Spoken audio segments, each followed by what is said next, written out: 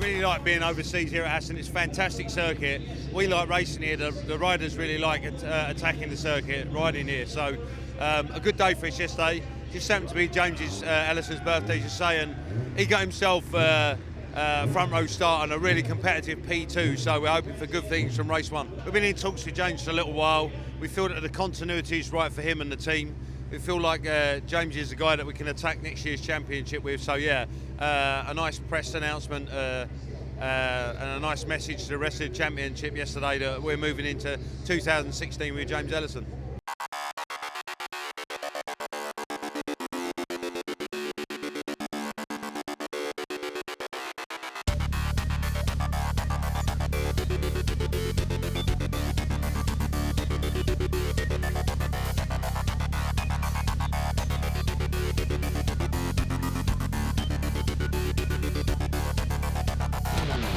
First man off the line, a sluggish start for Brooks, a good start from the centre of the grid for that bright green Kawasaki of James Ellison, number 77. Number 77 there, the man in second, Ellison, also looked good most of the weekend and settled and happy, and he says he's looking forward to the pressure. He really relishes the pressure of the showdown. Just behind him, of course, as he begins to close the gap now on Josh Brooks, which is this is the nearest anyone seems to have been to Josh all weekend. Yeah. In third place, Shaky Byrne. There's Mark Smith-Halverson, the JG Speedfit boss. Whoa. James Ellison nearly kissing the Milwaukee Yamaha's rear tyre. He's keen to get past. Yeah, that to me says he's keen to get past and not just sit behind.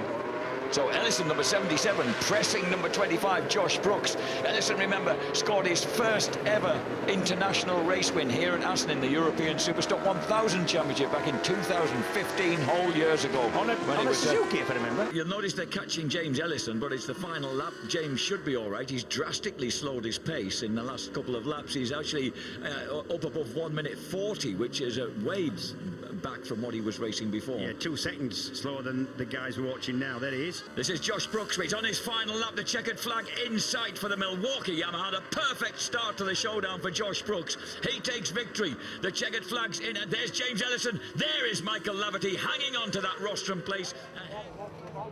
Really? Is that where the light is?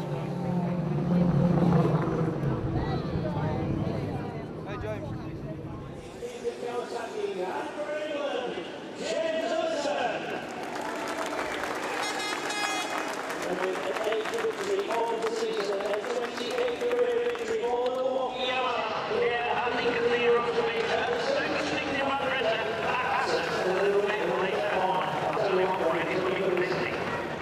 Oh, you couldn't ask for anything better. Oh, I could. It would have been a first, but we'll get that in race 2. After doing what we've done this weekend, it's been a bit different, but it's all around James now in the showdown, and we're doing what we're doing.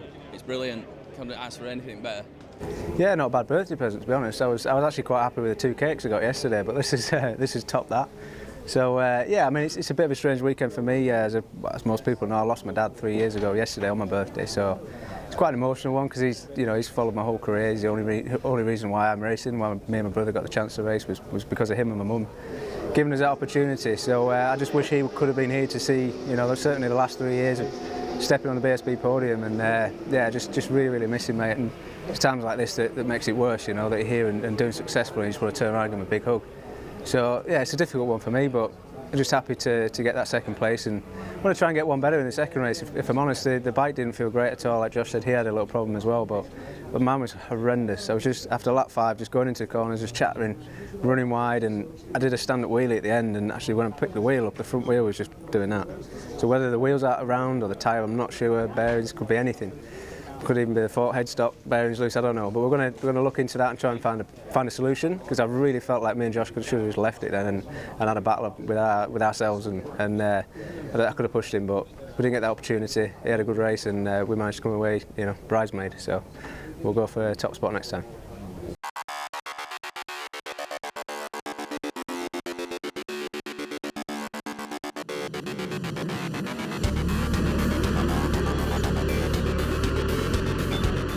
lights when they go out. This will be such a critical first turn as they launch off. Brooks gets a brilliant start on the Milwaukee Yamaha and leads the charge to the front. He is going to be the first man with Shaky Byrne moving in behind him. He's seen James Ellison go through. The only other Showdown contender who's passed him is Ellison there, who's in front of him in 4th place. The man who needs the points, James Ellison, tries to outbreak the Derbyshireman into the final chicane and does so. Yeah, reasonably easy as well. Mossie's back in third. Cooper now taking the lead away from Ellison, so I'm sure... Oh, Ellison won't let him.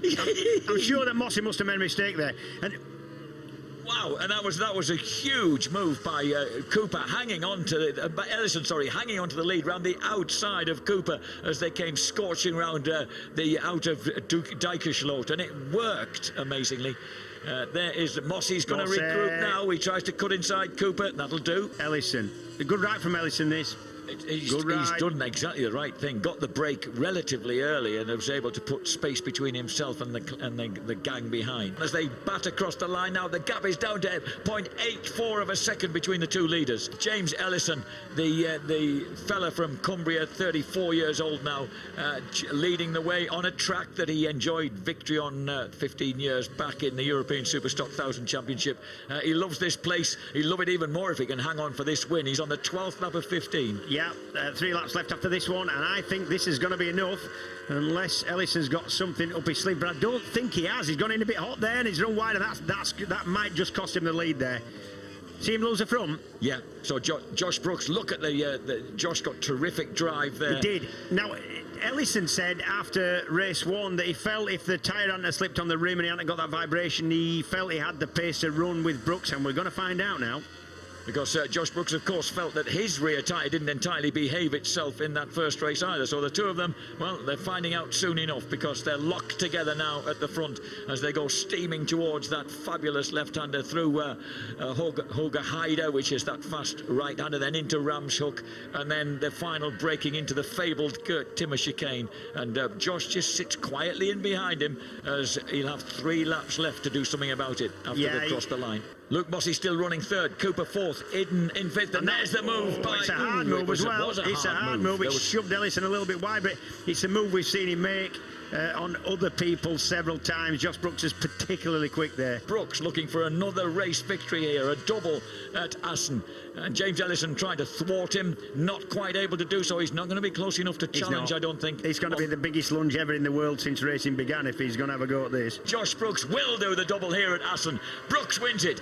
Ellison in 2nd place. Luke Mossy, a scintillating 3rd. 4th, James Ellison with that runner-up spot has closed the gap on to 13 points over Shaky Byrne. But as Josh says, there's no cushion in racing, especially when your rival is the reigning champion, Shaky Byrne. It's been brilliant. Couldn't ask for anything more. We know we wanted a win. We thought we were going to go and get a win, but 2 seconds, it's a fantastic start. Just need to go back to base now and do a few changes. We know what we've got to do, and it'll be a busy week, but we'll be ready for Silverstone. Fantastic. We've obviously lost ground to Brooks here in the Yamaha, but we've established ourselves in the first round of the Showdown as probably the strongest Kawasaki. And James Ellison's clawed back and put some really good points into Shaky Byrne, which is important.